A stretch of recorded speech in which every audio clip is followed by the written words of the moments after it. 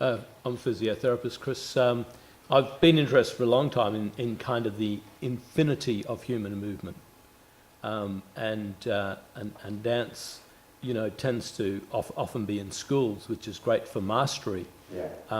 And then the community kind of get a little bit left out because they can't reach any of the school level stuff. But then there's this whole area of then they get stuck in a kind of so very constrained movement in the community where there's this sort of infinitude of possibility. So I'm really, really fascinated with how to almost like educate or get people into movement which explores it in that infinitude. Yeah. Yeah, I agree. I think there's some interesting things that I also would like to look at with this is there's the idea of the trained body and the untrained body. And some people look at someone performing ballet and they can tell if they're extremely technically trained, or you can have someone who's in a way mock dancing, right?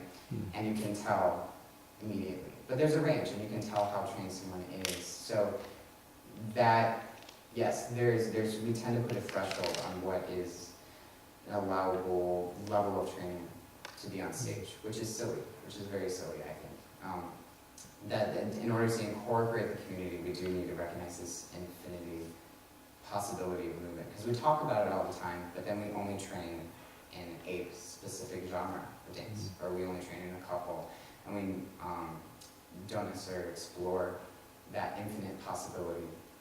The other thing I'd be interested in looking in is sort of a neural network map of movements, as you will. So it's a self-organized map based off sort of data that would come from this movement. And I think in that way you could categorize which dance genres, established dance genres, are close to each other. So for example, ballet and modern landing fairly close, but you might see large gaps where certain pattern of movement isn't present sort of in the professional dance world. And that might be an interesting place to explore in sort of a scientific way, discovery of a new dance form, if you will. This sort of computer-generated discovery of a new dance form, just for. Yeah. So I think the idea of exploring these sort of vast, infinite spaces that we've really only carved very narrow cultural throughways into. Yeah, it's very interesting. Yes, Julia. Just a point about your analysis of people's gait and so on.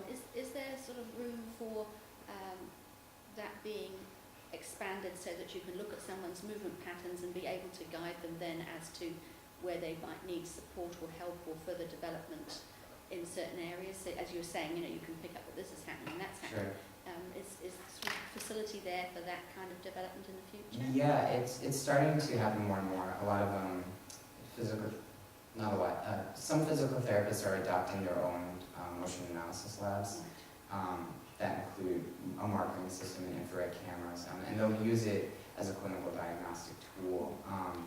We also use it in orthopedics for things like identifying whether inserts might help, so sole inserts and things that might help you sort of send your knee in or out. We also do it for more extreme orthopedic cases, such as contracture. And there's also a whole area of pediatric orthopedics that uses gait analysis extensively. It's still a little, there's still a lot of sensitivity issues just based off the technique, but it's helping more. It's sort of taking it out of, like I said, that expertise realm where you just needed someone to look at it, someone that just had so much artisan expertise from doing it over years, and putting it into more of the quantified scientific realm, and it's making it more available to more people. Any final questions for Chris? No, well, can we please put our hands together? Thank you very much.